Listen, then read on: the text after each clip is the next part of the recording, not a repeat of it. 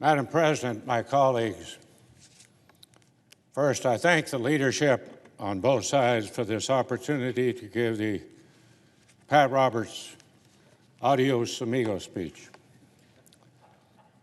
The story of how I got into politics is a pretty straight family path. As a fourth-generation Kansan, my great-grandfathers on both sides of the Roberts-Patrick family were pioneer newspaper editors who came to Kansas as crusading abolitionists. To say I bleed fourth-generation Printers, Inc. would be very close to the truth. However, the main influence that drew me to public service was my dad, Wes Roberts, who was a newspaper man, and soon journalism led to politics. He served as chief of staff and an advisor for several Kansas governors, becoming then the state Republican chairman.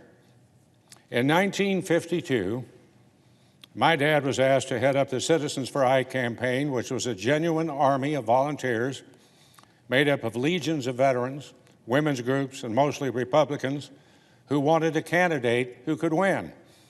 Plus, they really liked Ike. At 16, in my dad's tow, I was a sergeant of arms at the 1952 convention, back when conventions actually chose the nominee for president. I vividly remember two lasting experiences.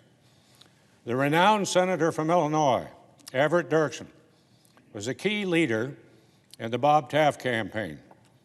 Senator Dirksen, known for his long, eloquent speeches, was in the midst of his convention remarks when the entire New York delegation, led by former governor and presidential candidate Tom Dewey, marched in, and with considerable noise, they took their seats. Dirksen paused, and pointing directly at Dewey, and with his booming voice said this: "You, sir, have led this party, this Republican Party, down to defeat in 1944 and again in 1948. Don't do it again." Whereupon, the entire New York delegation stood up and gave Dirksen the raspberry. And I thought, this is what adults do at a convention? One morning, I was in a meeting with my dad with the top Ike campaign brass, Dewey, Lodge, Brownell, and other GOP movers and shakers. He told me to sit and be quiet.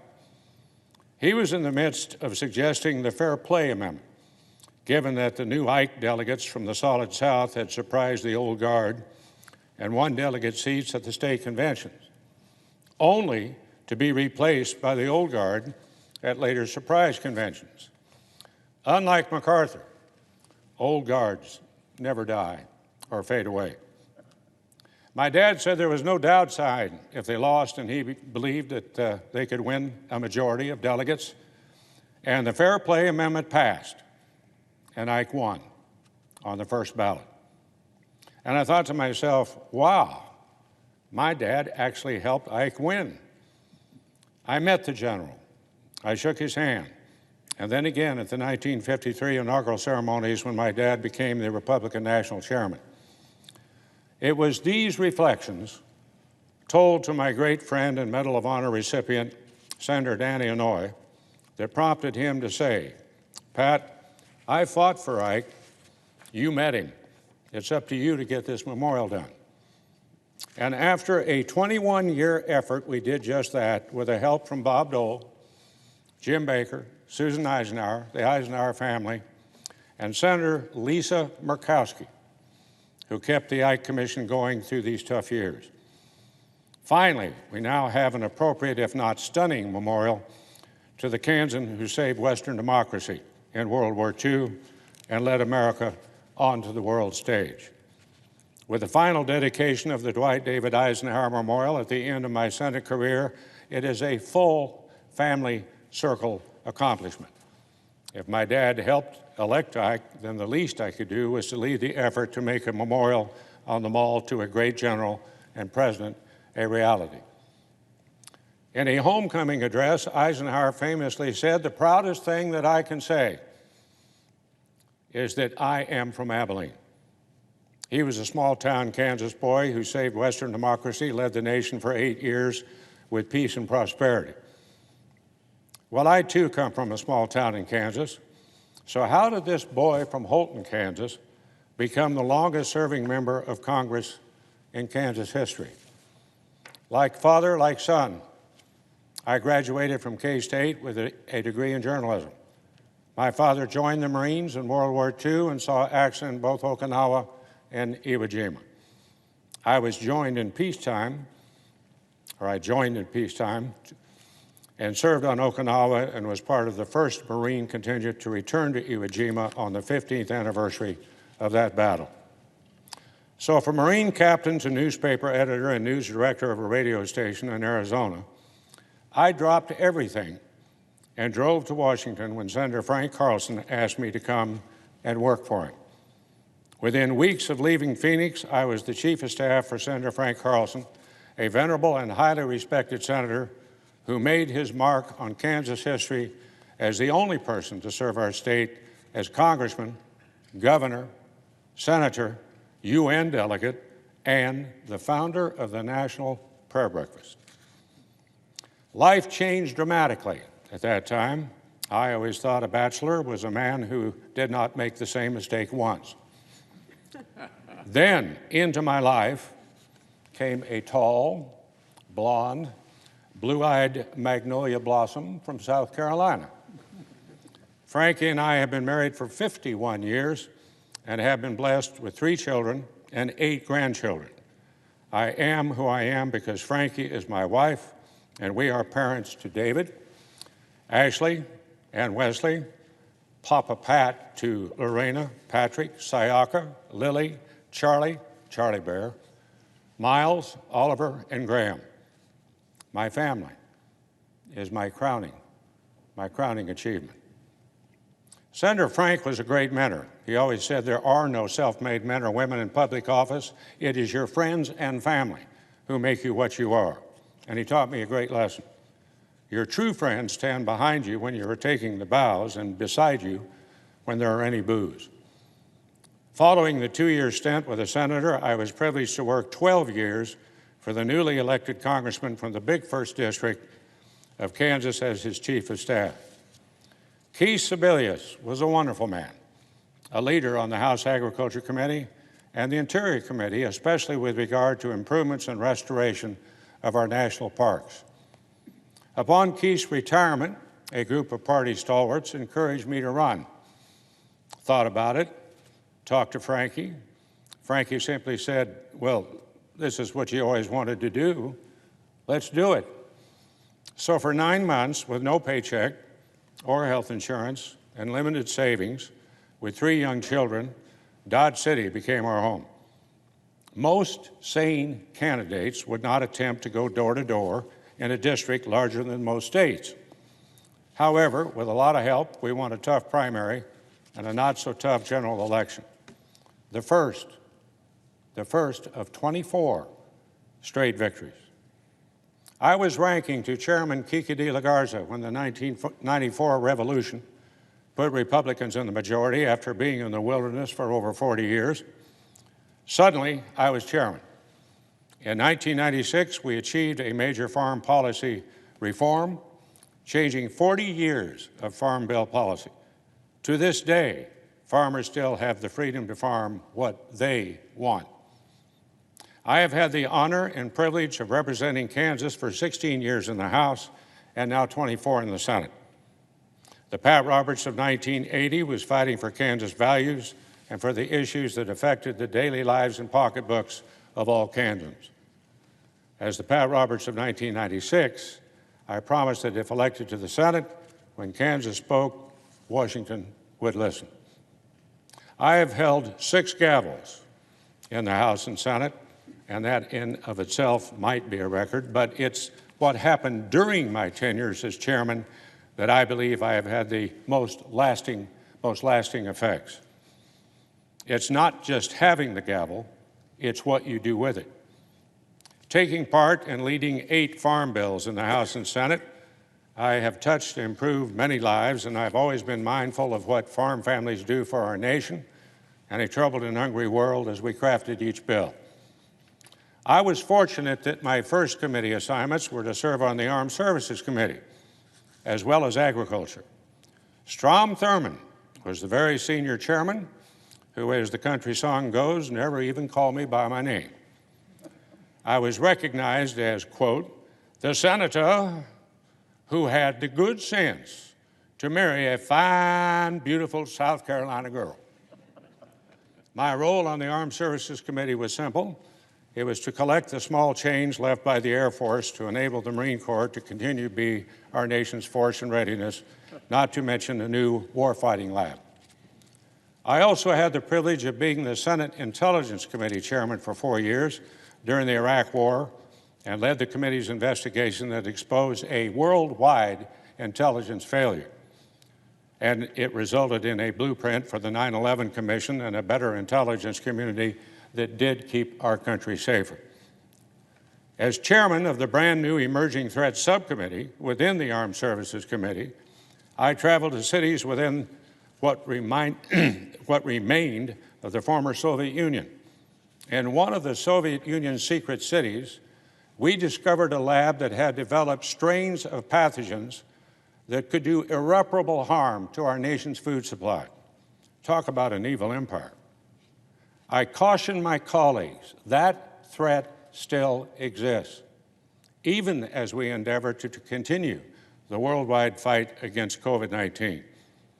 It has taken over 20 years to respond to this threat with the Biological Containment and Research Lab, and we are still not done. I put a lifetime of work into NBAF, the National Bio and Agriculture Defense Facility. Pause for Manhattan, Kansas, home of Kansas State University with the ever and optimistic Wildcats, Manhattan, Kansas. It will soon serve as the first line of defense to protect American agriculture and the world's food supply. I have also been privileged to serve on the Help Committee. Thank you to Lamar Alexander and to Patty Murray for supporting my amendments, especially with regards to rural health care. And finally, I have chaired the Senate Ethics Committee for 24 years. I have tried to resign twice.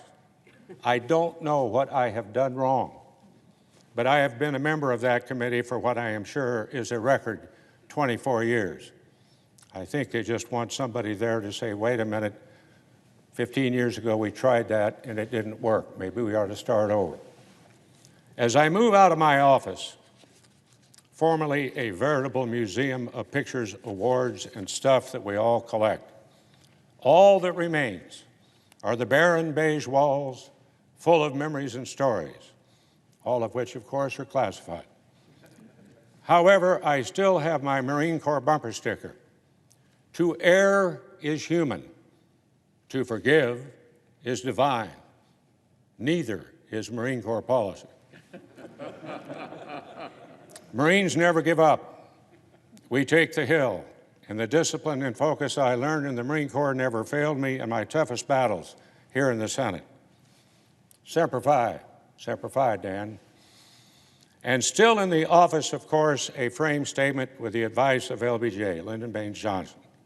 Sometimes you just have to hunker down like a jackass in a hailstorm and just take it.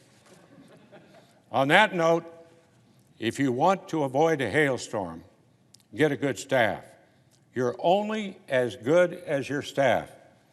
And I have the best staff in Washington. I know everybody thinks that, but I really do. Because they always took the hill. My chiefs of staff, Leroy Towns, Jackie Cottrell, and Chad Tenpenny, my D.C. Deputy Chief of Staff, Amber Kirchhofer, and my Ag Committee staff directors, Mike Seifert, Joel Leftwich, and James Glick, they led the posse. And they always checked to make sure that the herd was still there. And we didn't ride into any box canyons. To the staff currently in this chamber with me and those watching on C-SPAN, thank you. It has been an absolute privilege. and an honor to have you call me boss. Always remember you are a family. I couldn't have asked for a more loyal and dedicated or talented staff. Now, to be a member of this United States Senate is a true privilege. A working family, it is the greatest deliberative body in the world. But today, as compared to when I first came to the Senate, it's the deliberative part that gives me great concern. I regret the loss of comedy, the ability to work together, or just to get along. Sadly, gridlock appears to be the new normal. However, it doesn't have to be this way. I am very proud. I have had the privilege of being chairman of a committee that does get along, and we do get things done, the Senate Agriculture Committee. And it's really not that hard. First, we represent the best of our nation, farmers, ranchers, growers, and the entire food value chain. We know that we have a collective job to do in their behalf, and we do just that. Second, we convene in a small hearing room in pre-COVID times, right across the table from each other. Third, for the most part, we actually know one another. I used to be the ranking Republican when Senator Stabenow was the chairperson. We worked together on the 214 Farm Bill. In 218, this wasn't our first rodeo. We knew, regardless of what each of us wanted, passing a farm bill was paramount. We had an agreement, no surprises, no press the other one did not know about, and we held hearings together all over the country. I went to the campus of Michigan State and wore green and white. Deborah came to Kansas State and wore purple. We not only agreed to work together, we gave staff marching orders to do the same. We also became friends. I protected her, she protected me in conference, and we got 87 votes, setting a record for a farm bill. Standing right there now where our leader is now sitting. I was trying for 90. He said, "What do you want?" I said, "I want justice." He said, "No, you want blood."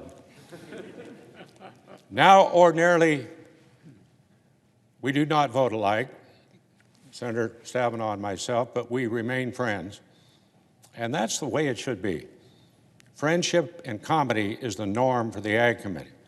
It could be for the whole Senate. And though things in this great country are rocky, I have a news flash. These really are not the worst of times. When I first came to Washington in early 1967, our nation experienced the tragedy of the assassination of Dr. Martin Luther King. Within hours, Washington was on fire. Marines on the Capitol steps with sandbags, automatic weapons with live ammunition. Advised to leave the Beltway, I mistakenly thought I could get to my parents' apartment house. This was BF before Frankie. I wanted to take the Rock Creek Parkway. No traffic was moving.